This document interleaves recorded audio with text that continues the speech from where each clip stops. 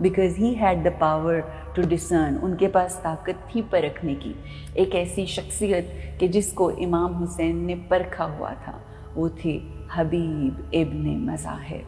حبیب ابن مظاہر جو ہیں وہ بچپن کے ساتھی تھے، بچپن ان کا ساتھ گزرا، بہت محبت تھی. دیکھیں کہ کس قدر محبت تھی کہ آج بھی امام حسین علیہ السلام کے جو قریب تر ذریعہ آپ کو ملتی ہے وہ جناب حبیب ابن مظاہر کی ملتی ہے. کہ اس قدر محبت آپ یہ دیکھیے کہ امام حسین علیہ السلام ہی صرف حبیب ابن مظاہر کو نہیں انہوں نے پرکھا ہوا تھا، نہ انہی کو نہیں صرف پتہ تھا کہ وہ واقعی کیسے دوست ہیں، کتنے وفادار ہیں اور کس طرح سے ہمارے حامی ہمارے ناصر ہیں، بلکہ جناب بی بی زینب عالیہ جب 2 محرم کو تمام فوجیں جو ہیں وہ اکٹھا ہونا شروع ہو گئیں، 2 محرم کے بعد جب یزیدی فوجوں کے جو لشکر جو ہیں وہ آنا شروع ہو گئے تو بی بی زینب علیہ السلام نے کہا کہ اے امام حسین، اے میرے بھائی، اتنے لوگ یزیدی، اتنے مخالف فوجیں جو ہیں وہ آ رہی ہیں، تو آپ بھی کسی اپنے کو بلائیں، کسی پیارے کو بلائیں کہ آپ کی فوج میں بھی لوگ آئیں. تو امام حسین نے بڑا دکھی ہو کر انہوں نے کہا کہ آپ تو سب دیکھ چکی ہیں، آپ تو آقا کا وقت بھی دیکھ چکی ہیں، آپ جناب علی کا وقت بھی دیکھ چکی ہیں، ہمارے بابا کا وقت، ہماری ماں کے اوپر اتنی مشکلیں آئیں، پھر اس کے بعد ہمارے بھائی حسن کے اوپر اتنی مشکلیں آئیں، تو کسی نے کیا ہمارا ساتھ دیا؟ تو اس پہ ایک نام، وہ پرکھ تھی نا، پرکھ کی آنکھ تھی، ان میں بھی طاقت تھی، وہ شریکت الحسین تھیں بی بی زینب عالیہ. تو بی بی اب ارشاد فرماتی ہیں کہ آپ حبیب ابن مظاہر کو بلائیے، میں جانتی ہوں کہ وہ آپ کے سچے ہیں، وہ آپ سے مخلص ہیں، اور وہ یقین ہے میرا کہ وہ ضرور آئیں گے. جب یہ واقعہ ہوا تو امام حسین علیہ السلام نے حبیب ابن مظاہر کے نام خط لکھا. حبیب ابن مظاہر کے نام جو خط لکھا، میں اس کے حوالے سے ضرور وہ خط بھی پڑھنا چاہوں گی کہ امام لکھتے ہیں کہ یہ حسین ابن علی کی طرف سے ہے، اس مرد فقیہ کے لیے، یعنی دین کو سمجھنے والے کے لیے، حبیب کے لیے جو میرے بچپن کا دوست ہے. کیا لکھتے ہیں امام؟ بسم اللہ الرحمن الرحیم. ان للہ و انا الیہ راجعون. حبیب، سلام ہو تم پر. شاید تمہیں معلوم نہیں کہ ہم 2 محرم سے کربلا پہنچ چکے ہیں. میرے ساتھ اس عالمی غربت میں میرے اہل خانہ اور بچے بھی ہیں. ہمیں چاروں طرف سے دشمنوں نے گھیر لیا ہے. اگر بے وطنوں کی مدد کرنا چاہتے ہو تو عصر عاشور سے پہلے کربلا پہنچ جانا، اور اگر نہ ورنہ عصر قیامت ملاقات ہوگی. السلام، تمہارا بچپن کا ساتھی حسین بن فاطمہ. یہاں پر انہوں نے حسین بن علی نہیں بلکہ حسین بن فاطمہ لکھا. جب قاصد جو ہے وہ خط لے کر جناب حبیب ابن مظاہر کے دروازے کے اوپر اس نے دق الباب کیا، جب دروازہ کھٹکھٹایا تو کہتے ہیں کہ جناب حبیب ابن مظاہر اور ان کی جو زوجہ ہیں وہ بیٹھ کے کھانا کھا رہے تھے. جب انہوں نے دروازہ کھولا تو انہوں نے اس شخص نے جو آیا اس نے کہا انا برید الحسین، کہ میں قاصد امام حسین علیہ السلام ہوں. حبیب ابن مظاہر علیہ السلام نے انہیں گلے سے لگایا، ان کے ہاتھوں کو چوما، پھر اس خط کو پڑھا جو میں نے بھی آپ لوگوں کے سامنے پڑھا. جب وہ خط پڑھا تو بہت سوچ میں پڑ گئے اور اپنی بیوی کے ساتھ، اپنی بیگم کے ساتھ بیٹھ گئے. جب اپنی بیگم کے ساتھ بیٹھے تو کہنے لگے کہ پریشانی کا اظہار کیا. تو ان کی زوجہ نے پوچھا کہ کیا بات ہے، اس قدر پریشان کیوں ہیں؟ تو انہوں نے کہا کہ امام حسین علیہ السلام کا قاصد آیا ہے، اور پھر وہ تمام ماجرا بیان کیا جو انہوں نے خط میں پڑھا. تو ان کی بیوی نے کہا کہ اچھا، اگر قاصد آیا ہے اور امام مشکلوں میں ہیں تو آپ سوچ کیا رہے ہیں؟ تو انہوں نے کہا کہ ہاں، بس یہی سوچ رہا ہوں کہ اس حالت میں میں جاؤں یا نہ جاؤں. حبیب ابن مظاہر علیہ السلام کی زوجہ کا یہ سننا ہی تھا، یہ سنا کہ وہ ایک دم غضبناک ہو گئی. اور جو چوڑیاں انہوں نے پہن رکھی تھیں اپنے ہاتھ، مختلف روایات ہیں مگر جو چوڑیاں انہوں نے پہن رکھی تھیں انہوں نے وہ چوڑیاں اتار کے اپنے خاوند کو دیں، اور انہوں نے کہا کہ آپ کو فاطمہ کا لال اپنی مدد کو بلا رہا ہے، اگر آپ جانے کی ہمت اور حوصلہ نہیں رکھتے تو یہ چوڑیاں آپ پہنیں اور مجھے اپنی تلوار دیجیے، میں اپنی امام کی مدد کو خود جاؤں گی۔ جس کے اوپر حبیب ابن مظاہر کہتے ہیں کہ میں صرف تمہارا امتحان لے رہا تھا، ورنہ ایسا ہو سکتا ہے کہ میرا بچپن کا دوست جناب بی بی فاطمہ الزہرا کا فرزند، ساقی کوثر کا فرزند مجھے آواز دے اور میں لبیک نہ کہوں۔ اتنا کہنا تھا کہ انہوں نے اپنی تیاری اور رخت سفر باندھا اور اپنے غلام سے یہ کہا کہ تم جا کے کوفے کے جو مین دروازہ تھا وہاں پر جا کے میرے گھوڑے کے ساتھ وہاں پر میرا انتظار کرو، میں تھوڑی دیر میں آتا ہوں۔ اس زمانے کے اندر کوفے کے اندر عبید اللہ ابن زیاد نے اس قدر مشکلیں اور اس قدر ناکے لگائے ہوئے تھے اور اس قدر لوگوں کے وہاں پہ رہنے والے لوگوں کے لیے زندگی کو مشکل کیا ہوا تھا کہ کسی کا آنا جانا ہر کسی کے اوپر سخت نظر رکھی گئی تھی۔ بہرحال حبیب ابن مظاہر کو ذرا تیاری میں اور تمام چیزیں کرنے میں، رخصت کرنے میں تھوڑی دیر ہو گئی کہ جس وقت وہ دروازے کے پاس گھوڑے کے پاس پہنچتے ہیں تو حبیب ابن مظاہر نے یہ سنا کہ ان کا غلام کہہ رہا تھا کہ مجھے لگتا ہے کہ جیسے میرے مالک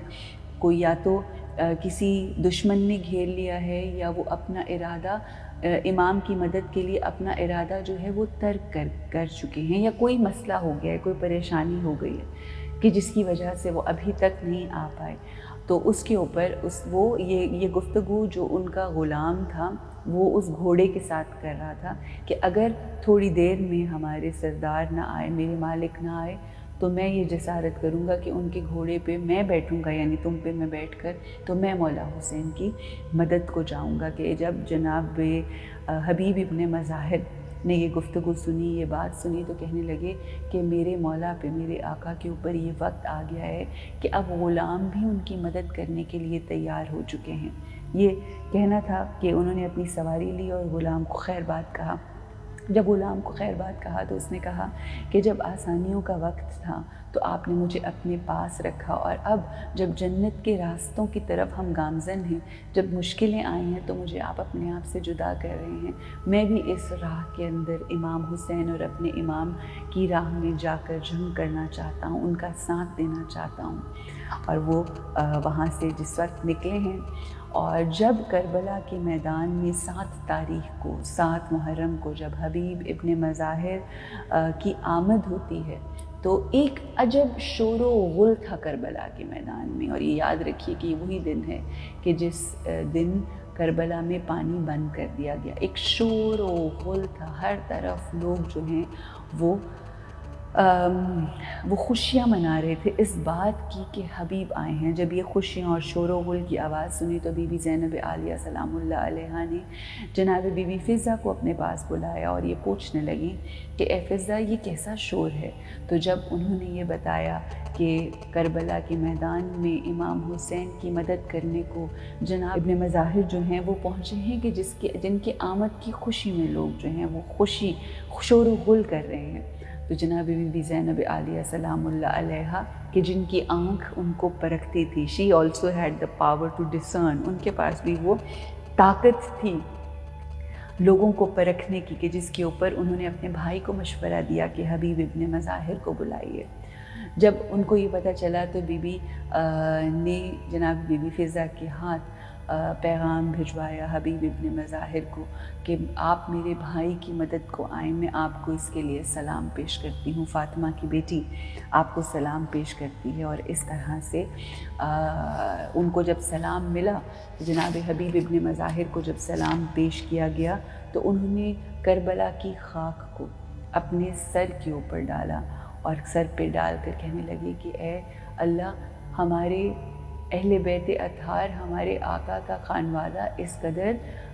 غریب ہو گیا ہے کہ مجھ جیسے انسان کو جناب فاطمہ کی بیٹی بی بی زینب عالیہ سلام بھیج رہی ہیں اس بات پہ کہ میں ان کے بھائی کی مدد کو آیا ہوں۔ بہرحال ظہر کا وقت کہتے ہیں کہ جناب حبیب ابن مظاہر کی جو شہادت کا وقت ہے وہ تقریباً ظہر کا وقت ہے، اور جب حبیب ابن مظاہر اپنے آقا، اپنے مولا، اپنے دوست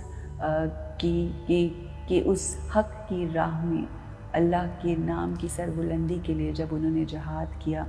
اور پھر وہ اس دنیا اس دار فانی سے چلے گئے، تو امام حسین علیہ السلام نے ان کے بارے میں کیا کہا کہ یا اللہ حسین گواہی دیتا ہے، میں گواہی دیتا ہوں کہ حبیب حافظ قرآن تھے، حبیب عامل قرآن تھے، حبیب محافظ قرآن تھے۔ اور امام حسین علیہ السلام نے جا کے ان کے لاشے کو اپنے کاندھوں پر رکھا اور پھر سلام آخر انہوں نے پیش کیا حبیب ابن مظاہر نے، اور اس طرح سے اپنی جان کا نذرانہ دیا اس حق کی راہ میں۔ ان تمام ہستیوں کا تذکرہ میں اس لیے کر رہی ہوں، یہ ایام تو منسلک ہوتے ہیں جناب بی بی زینب عالیہ سلام اللہ علیہا کے ساتھ، یہ ایام منسلک ہوتے ہیں جناب علی اکبر، جناب قاسم، جناب حضرت عباس علمدار، جناب علی اصغر، جناب بی بی سکینہ، ان تمام ہستیوں کے ساتھ منسلک ہیں یہ تمام ایام۔ مگر ان ایام کے اندر ان ہستیوں کا جو اصحاب باوفا ہیں، جو اصحاب امام حسین علیہ السلام ہیں، کہ جن کے اوپر امام حسین کو اس قدر فخر تھا اور وہ کہا کرتے تھے کہ میں اس چیز سے اس قدر خوش اور راضی ہوں اور یہ میرا فخر ہے کہ جیسے ساتھی اللہ نے مجھے عطا کیے ویسے ساتھی تو آقا کو بھی نہ نصیب ہوئے، ویسے ساتھی تو میرے بابا کو بھی نہ نصیب ہوئے، ویسے ساتھی تو میرے بھائی کو بھی نہ نصیب ہوئے۔ اور اس بات کے اوپر وہ اس قدر فخر کیا کرتے تھے، اس قدر شکر ادا کیا کرتے تھے۔ اور ان کے تمام جو امام حسین علیہ السلام کے جتنے یہ ساتھی ہیں، یہ پرکھے ہوئے ساتھی تھے، پاور آف ڈسرن۔ اب یہاں پر ہمیں حبیب ابن مظاہر سے جس چیز اور اس کربلا کے ان پاورفل سول سے جو چیز سیکھنے کی ضرورت ہے کہ ہمیں اپنے اندر یہ پاورز ایمرج کرنی ہے، اجاگر کرنی ہے۔ ہم نے اپنے اندر ڈیوینٹی ایمرج کرنی ہے، ڈیوینٹی اجاگر کرنی ہے۔ ان ہستیوں کو دیکھ کر جن کو ہم بہت آسانی سے ہی کہہ دیتے ہیں ان کی کیا بات ہے، وہ تھے، ہم ہیں، نہیں۔ ہمیں اپنی زندگی کے اندر اپنی روحوں کو بلند کرنا ہے، روحوں کو بلند کر کے ہمیں اپنی زندگی کو بہترین طریقے سے گزارنا ہے، اس لیے کہ ایک روز جب ہماری روح نے پرواز کرنا ہے تو وہ اس قدر لائٹ ہو، وہ اس قدر وائٹ ہو کہ ہماری پرواز بہت ہی آسان ہو جائے۔ آمین یا رب العالمین۔ اپنا خیال رکھیے اور اس عزاداری کے جو یوم ہیں، جو ایام ہیں، ان کو اس طرح سے گزاریں کہ ان میں سے ہم بہت کچھ سیکھتے ہوئے، اپنے اندر کی پاورز کو بڑھاتے ہوئے ہم بہترین طریقے سے ایک بہترین انسان ایمرج ہوں اور اپنی زندگی کو بہترین طریقے سے گزاریں۔ اپنا بہت خیال رکھیے، اپنے اندر جو علم لے کر جا رہے ہیں، جو اسپریچول اسٹڈی اندر جا رہی ہے، جو اسپریچول آپ کانٹینٹ اندر لے کر جا رہے ہیں، اس کا بھی حد خیال رکھیں، اس کو دیکھیں کہ اندر کیا کیا جا رہا ہے۔ ہر چیز جو فیس بک پہ، انسٹاگرام پہ اور یوٹیوب کے اوپر ہے وہ دیکھنے والی نہیں ہے۔ پلیز اپنی ایموشنل انٹیک کا خیال رکھیں کہ اندر کیا چیز جا رہی ہے، اس کا خیال رکھیں، اور آپ سوچ کیا رہے ہیں اس کا خیال رکھیں، کیونکہ آپ کی سوچیں جو ہیں وہ تعین کریں گی کہ آنے والے وقت میں آپ کہاں ہوں گے اور کیا کر رہے ہوں گے۔ اللہ ہمیں توفیق دے کہ ہم بہترین طریقے سے زندگی گزار سکیں اور بہترین مثال قائم کر سکیں۔ آمین یا رب العالمین۔